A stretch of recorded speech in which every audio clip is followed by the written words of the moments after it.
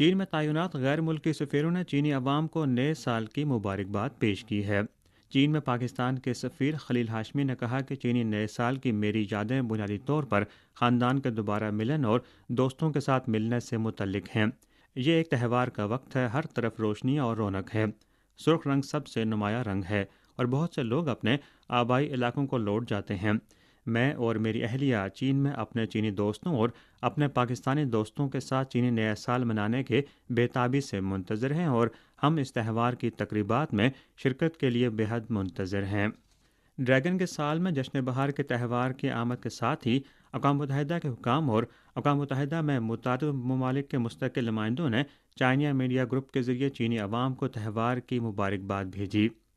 اقوام متحدہ کے ڈپٹی سیکرٹری جنرل میگویل موٹس نے چینی عوام، چینی رہنماؤں، ایشیا بھر کے لوگوں اور دنیا بھر کے لوگوں کو اپنی مخلصانہ